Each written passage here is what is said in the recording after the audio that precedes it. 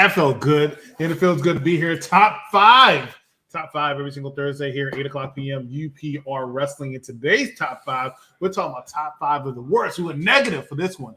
Worst Money in the Bank cash-ins. Money in the Bank rings to me that led up to a terrible cash-in to me. It's what this top five is about, or at least my top five is about. I'm the executive consultant. I said the executive consultant joined by 3X's Mike Knox. How you doing, Mike? What's going on, man? Good afternoon, good morning, salutations for those around the world. We are here to talk about Money in the Bank worst cash-ins, which was kind of a slippery slope, honestly, because the first couple of years of this event, to me, were all marveled in greatness. So it was kind of difficult to me to pick five disappointing ones, but I did it. I think it's been played out. I've been very vocal about this. I don't want to see the Money in the Bank continue under this format. I feel like it's kind of outplayed and outdated, and especially when they added the women. Not saying the women should never been added, but when they added the women, I think they kind of wrote themselves in a corner. Like, okay, even to the point where sometimes I feel like they're like, well, how are we going to get out of it because we don't know how we're going to get the title off this good champion to put on this Money in the Bank person. So, in case in point, Drew McIntyre to when it had Otis, and Otis had to drop it to the Miz. But we're going to talk about some of that because that might be some other people's. But Mike Knox, we're going to start with you. He's going to get right into it because, as you know, it's a busy Thursday for us, as we have two shows at 8:30, one for entertainment, one for wrestling. Please make sure that you join for that one of those, as well as we talk about the movie episode being Date Movie and the wrestling episode being about the Dark Side of the Ring that just happened a day or two ago. So let's go ahead, Mike Knox, your number five. Number five for me is simply the failed cash-in, if you want to call it that didn't happen back in May 11th, 2020, when Asuka did win that Money in the Bank and the pandemic Money in the Bank that they had at Titan Towers. Come to find out that Becky Lynch was pregnant. So there was no cash in. They just gave her the title. And I get that Miss Becky Lynch, who was with child, at that time had to step away. But again, it was a felt cash in to me, although, because she cashed it in. So pretty much she won the Money in the Bank match, which means she won the title. So for me, I thought that was pretty bad. And then just the execution, I get what happened, but they knew before the night before that woman was pregnant. So I think they should have did something in storyline-wise that could have made it a little bit better than what it was. But that's my number five. Asuka's fake, if you want to call it that, cash in with Becky Lynch, who was pregnant at the time. Can't say I disagree with you. Actually, I forgot all about that one. That might have made one of my lists if I remember that one. But Asuka's cash in, I wasn't a fan. I understood the logic behind it, but I wasn't a fan. However, that Money in the Bank, which I was upset at that Money in the Bank. Some people really liked it. It was unique. It was during the pandemic. That's when they were in Titan Towers. I liked it. Hated it. Was not a fan. The men's ones. Didn't somebody get thrown off the building? Rey Mysterio got Baron Corbin tried to kill Rey Mysterio. Yeah. Poor Rey Mysterio. You know what? You want to talk about 2020 being a rough year. This man's eye was taken out. This man was thrown over the building. Like he, what's going on, Todd? He had a rough year. But I think Alistair Black got thrown over the building and rose back up like he was Lazarus as Malachi Black. But that's pretty much what happened there. But wasn't a fan of that one. But it did solidify, in my opinion, as Asuka being one of, if not the greatest women's wrestler of all time, because she's done it all. Right? And this is why I get frustrated when people say, oh, she's thinking about leaving, and that's why they gave her the title. Asuka is a multi-time world champion, won the Royal Rumble, won the Money in the Bank, was a sole Survivor Series, which some people can't claim, right? People don't know that's a real stat. A lot of people can't claim that she was a sole survivor of Survivor Series, right? She's won the tag. She's done it all. So give her flowers. My number five actually is one of my favorite wrestlers who killed it, I might add. I think that might be a duplicate here tonight. Let's see. My number five is Baron Corbin from 2017. Let me tell you something. That man was killing it that year, in my opinion, as far as the promos, as far as his matches. He was doing a good job. But because he rubbed one John Cena the wrong way, that's some news for you. He rubbed John Cena the wrong way, kind of killed his cash in, and that's what pretty much happened there. I thought that he had a very good potential to have one of the best cash-ins possibly, because he's very good at drawing heel heat. If you ain't see him on Tuesday, you don't know what I'm talking about. He's very good at what he does, right? They got me watching NXT now. Yeah, they got me. You know what? Here's some fun facts. I'm ready to go back. I signed up and I got in. Oh, Okay, that's something I gotta talk about because I'm supposed to be doing Indiana Jones, but that's a conversation for another time. But on Tuesday, he was there, and it reminded me how good he was on the mic and how good people saw World Championship material in Baron Corbin that year. He was doing that phenomenal. Unfortunately, he had a bad run and a bad cash in, and that's why he made my number 5, Mr. Not Your Number. Easy for me in this, one of my favorites of all time. We spoke about him this past week on Tuesday when we did the Turtles franchise. He appeared in Teenage Mutant Ninja Turtles. I was always, have always, will always be a Sheamus guy. But Sheamus defeated Roman Reigns at Survivor Series to win the World Wrestling Heavyweight Championship after Reigns had defeated Dean Ambrose to win the vacant title. I'm not a fan of double title winners in the same night. So that's why I did not like this. I thought Sheamus deserved a little bit more than just this, meaning sharing that spotlight with Roman, which to me, that still was the bigger story, was Roman and Dean. So for me, I thought number 4 for me would be Sheamus when he casted in and won against Roman Reigns at Survivor Series. What was that, 2000? That's your world. 11? 14, 15? It was 2015. You're okay. It was 2015 when that happened. And this goes along the lines of what I was talking about, what I mentioned before, about sometimes I think they write themselves in the corner. Sheamus won the Money in the Bank, and I didn't think they realized, oh, damn, when are we going to do it? Because you also have to understand the way they do it now, especially, it's a little bit after WrestleMania, right? Money in the Bank typically. So after a certain time, it's like, okay. Shut up, Jay. No, it's improv. But so it's like, what are they going to do with this cash in? Because they have WrestleMania right around the corner. Oh, shit, Sheamus has it. We're not going to have Sheamus main event WrestleMania. We have to get this Money in the Bank off him. Let's create another obstacle for Roman to get him built up. That's why Sheamus won. So I completely agree with you. Anticlimactic. It didn't make my top 5 because I feel like I've seen worse. But you could tell it was rushed, and you could tell it was just like, hey, we just got to get it out there. Yeah, so I definitely agree with the Sheamus thing. I hated it. And I'm a huge Sheamus mark. So, and I'm going to say, hey, I talked about Oscar, right? I can say the similar things about Sheamus. I think low key, I say this about a few people, low key, he should be in the GOAT conversation. Why? Multiple time world champion. Also won the Royal Rumble. Also won Money in the Bank. The man, but he's not pushing merch though. He's not pushing merch. GOAT's got to be merchandise sellers and sellout sellers, and he's not doing that. But numbers wise, decoration. They like saying that sometimes. One of the most decorated wrestlers ever in WWE, and the man does not really have a bad match. I'm sorry. No. Right? Does not get the credit he deserves for it. Does not really have a bad match. Now, my number 4. Also, well, actually, I've seen this man have a lot of bad matches, but he is one of the GOATs. He has to be in that conversation. And quite a few of them. I'm talking about 16-time heavyweight champion of the world, John Cena, who won the Money in Bank in 2012. And when I say forced, it was forced. It was, we don't know we don't want CM Punk to lose no title. Right? We already know the direction we're going to go into. We need somebody who's just going to win it and be credible enough to actually make you believe, but still can take an L for it, which is why John Cena, if I remember correctly, and I'm sure I am correct on this one, John Cena is the first ever man to lose the Money in the Bank. But of course, it's not damaging his career. Right? Nope. Will never damage his career. But this is a statistic he has. John Cena, my number 4 for worst Money in the Bank cash in. Getting right to it before we take our first break. If we take a break this evening in this short 2 impromptu top 5, actually, we're going to number 3. Yeah. Then we're going to take a break right now. Yeah, that's what I figured. We're going to take a break right now. Previously on the Mike Knox Show. Something that upsets me as a wrestling fan, right? Which is what else is new? It's the constant fight between one fan base and another fan base. To me, the heart of professional wrestling was right here on SmackDown. When you look at the bloodline, you're talking about TV that I literally clapped for. I cannot remember the last time I clapped for a television program. All right? This is television at its finest.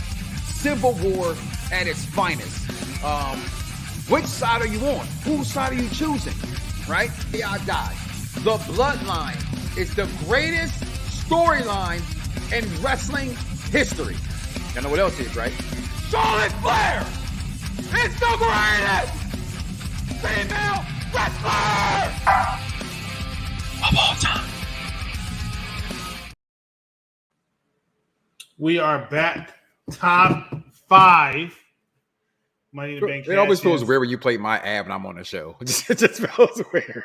Well, you're the only one that does what they're supposed to do. I hate to air the dirty laundry, but that's a conversation I had with some people in a few minutes. But in the meantime, let's go ahead and talk about top 5 Money in the Bank cash-ins, which you just saw from the Mike Knox Show, which you can watch every single Monday at 6 o'clock p.m. right here on Unpopular Wrestling, as well as the Mike Knox channel. So definitely subscribe to that one. Let's get into our number 3. Mr. Knox, we are on you. Jack Swagger, baby! WrestleMania cash-in result. Swagger defeats Chris Jericho after Edge attacked Jericho during a promo to win the World Heavyweight Championship. As much as I'm a fan of Jack Swagger, he just wasn't ready for this moment. And so the cash-in to me this is just when wrestling was a little bit convoluted and who was coming, who was going, who was doing what. And they were just trying to do anything, honestly, in my opinion, to appease the fan base and make new stars. To me, I like Jack Swagger, but I understand the backlash in which he took, from people. And we clearly see where he's at today, where he gets paid to just come out and have his big tongue. But number 3 for me, Jack Swagger's cash-in on Chris Jericho. Number 3 for me, actually, is when we get to the women, right? This one I did not understand. Here's a fun fact. I've been complaining about this every single year since the women had Money in the Bank.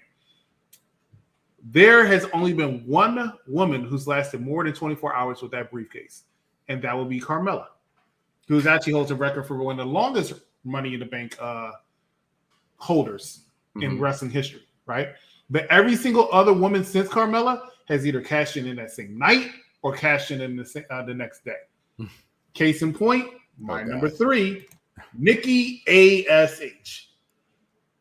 Alexa Bliss cashed in the same night. Bayley cashed in the same night. I had no problem with these two, right? I had no problem with Alexa Bliss. I actually cheered like hell when Alexa Bliss did it because I felt like she deserved to have that title back, right?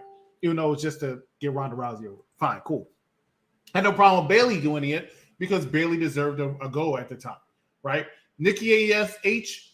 did not deserve a go at the time. And I'm not just saying that because I'm not the biggest Nikki A.S.H. fan or Nikki Cross fan. I actually am a huge Nikki Cross fan. Wasn't a big fan of Nikki A.S.H. at all. Nikki Cross, yes. I was glad to see her go back to roots, but you see how much that done for her, right? Trash. Nikki A.S.H. was a horrible Raw Women's Champion. And why? Who did she cash in on? The person who gets cashed in on the most, as she always talks about in her interviews, and that is none other than Charlotte Flair. And when Charlotte Flair did it, once again, as I always say about Charlotte Flair, she always has to make it look like it was a fluke. It does. Always makes it. No, I swear, I was so proud of her when she lost to Rhea Ripley, right? Is she pregnant? Where the hell is Charlotte at anyway? Charlotte's contract says if she's not in title picture, hold on, where is it at? There it is. If she's not in title picture, she's not on screen, right? Because when she comes back, I guarantee she'll go right after the title. Whoever's the champion at the title, she's going after. Didn't she get drafted also to SmackDown? She got drafted to SmackDown, so she's going after the SmackDown Women's title or wherever championship. Bianca, watch out. Yeah, but it's Bianca in the end, right? It's Bianca because I think Bianca's going to win the title right back from Asuka. To be honest with you, so. And Charlotte's always said for a while now that she respects Bianca and she wants to have a feud with Bianca. So, I mean, that's where it's going to go. All right. That being said, Nikki A.S.H. is the 3rd worst Money in the Bank for me. Your number 2. My number 2 was your number 4. And that's my guy, Baron Corbin, who defeated Jinder Mahal he won the Money in the Bank, but then he's the 2nd person to lose his cash-in. And like you, I was a Lone Wolf fan from the NXT days. I think this guy is golden. I think, to me, he is what I would say Dolph Ziggler, what Cody Rhodes is. To me, they know how to take the shit they give them and make it work. And to me, that's the true professionalism in a professional wrestler. I hate when fans say, oh, they gave him a shitty gimmick. They gave him a shitty. It doesn't matter what they give you. Make the shit work. And Baron Corbin always makes it work. However, like you said, Jonathan Horatio, Tom Brady, Cena, kiboshed it all, didn't give him the rub that he wanted, and he couldn't rub one out, and he lost that Money in the Bank cash. And to me, from that point on, has not been the same. He has been derailed in his career ever since. Now he's back in NXT, which, hey, to me, honestly, that's the best place for him right now. Between him and Mustafa Ali, I thought that was a great move. It's a great move. Great move for both people involved. Baron Corbin looked completely. I want to go back to NXT on there.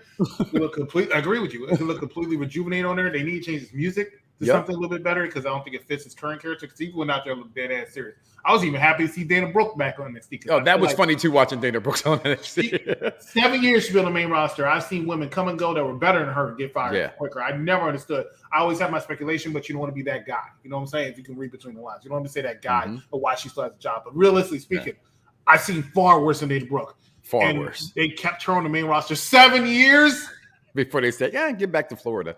7 years. Come on. My number two is Baron Corbin.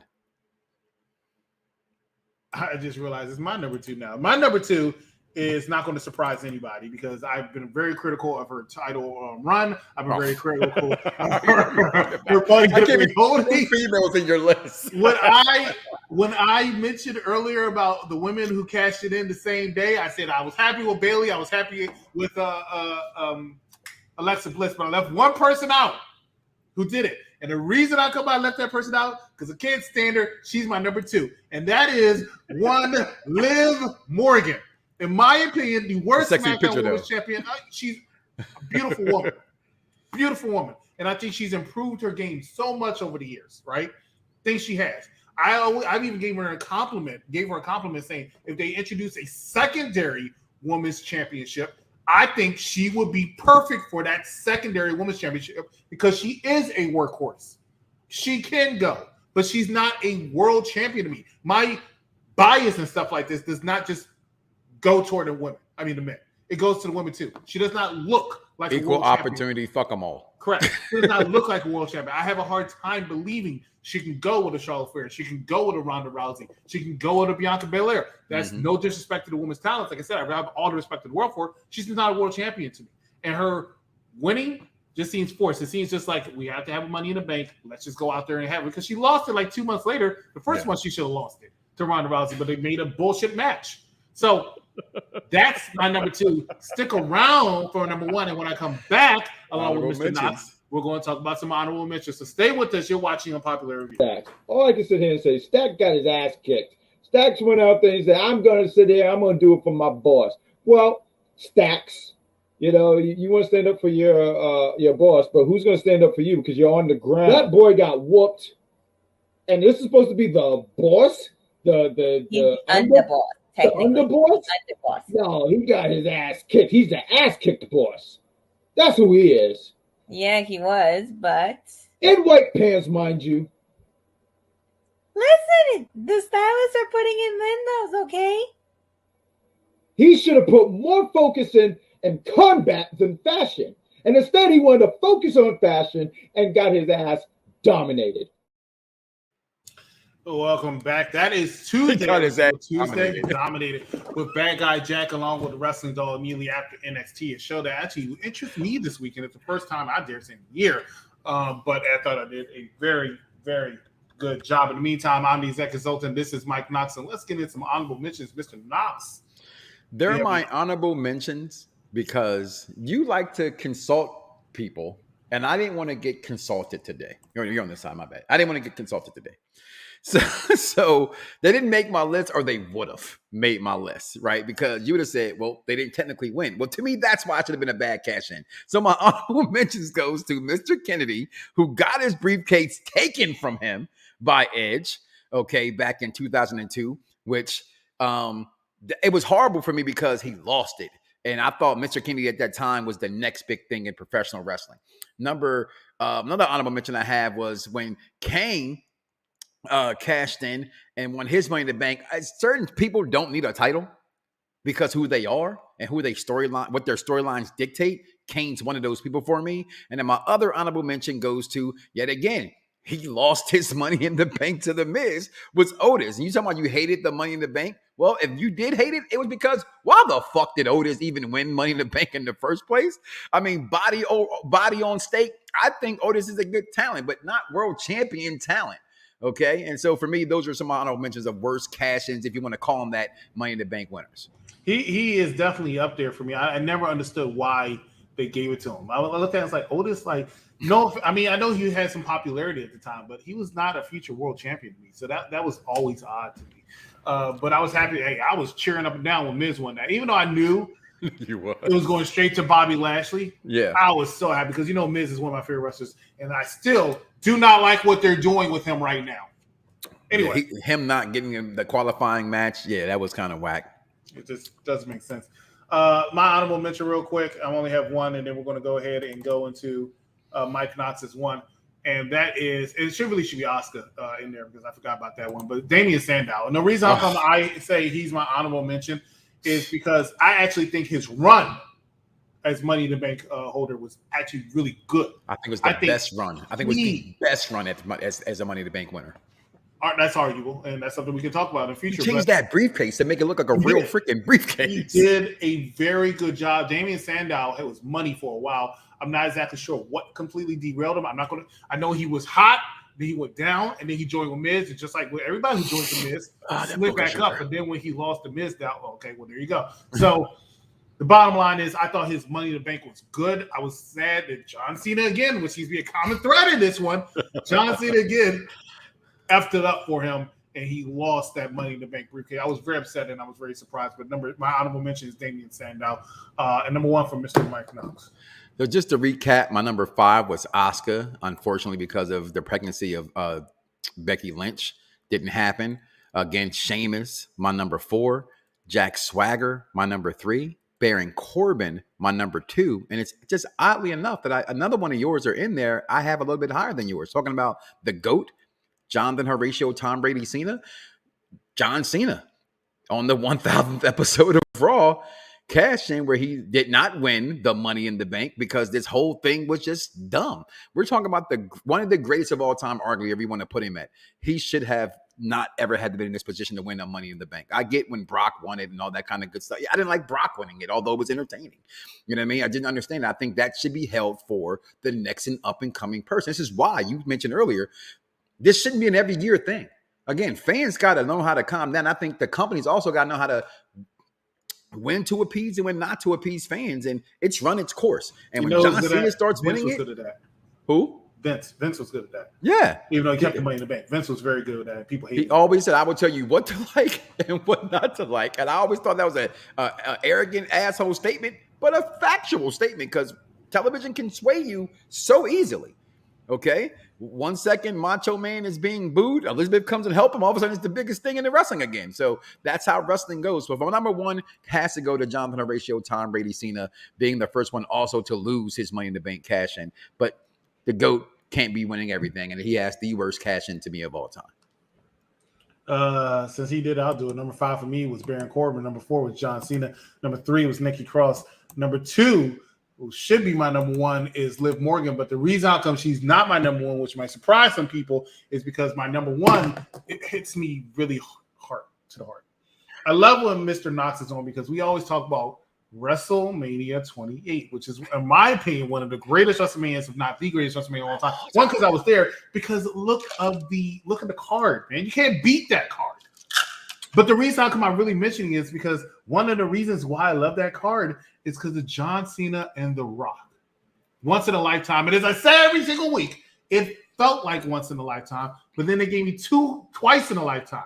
And at the time I was living in DC, I went all the way to Miami for WrestleMania 28. I had no problem going to New York for WrestleMania 29. And even though they were giving me that twice in a lifetime, I was pissed off. The reason how come I did not get my tickets for that event was because of this guy right here. Jack Swagger is the worst Money in the Bank. He had no business winning that briefcase. He, just like Otis to me, was not. He might have had a great future to look at, but he was not that it guy to be a future world champion. And Jim they were Ross actually going to have him beat John Cena. Lo and behold, but John Cena it up with the Money in the Bank because he doesn't like losing like that, I guess, and said no. So then they said, okay, we'll give him Chris Jericho. So out of nowhere, for no apparent reason, because Chris Jericho was in a hot storyline with Edge, he drops the title to Jack Swagger. I was not happy. It's not in a good place by it. I'm still salty about it now. So salty. It's the main reason I didn't go to WrestleMania 30. And this happened back in WrestleMania 26. Jack Swagger is the worst Money in the Bank ladder match winner of all time. Shout out to CM Punk. CM Punk. CM Punk. CM Punk. He's back, baby. He is back. All right, ladies and gentlemen, we are actually a little bit over time. Please make sure that you stay tuned on this channel, UPR Wrestling, for the Dark Side, or I'm losing it. Dark Side of the Ring review. This not with Chris Candido. Actually, I'm not even sure. I didn't see this Elite episode, so I don't know who this one's for. That was a good one. Yeah, but it's definitely going to be here immediately after this, joining Captain Shakespeare as well as Katrina Storm as they talk to you about it. And if you're a fan of movies, join us in UPR Entertainment as we're about to start talking about it is Magnum TA. Magnum TA, okay. As we're about to start talking about none other than Who switched the thing? Date Movie. Beginning our month of bad movies we love. And this was my pick because I love Date Movie, and I'm going to talk to you about it why. So for Mike Knox, I'm the executive consultant. We will see you right here next time on Unpopular Review. Good night, everybody.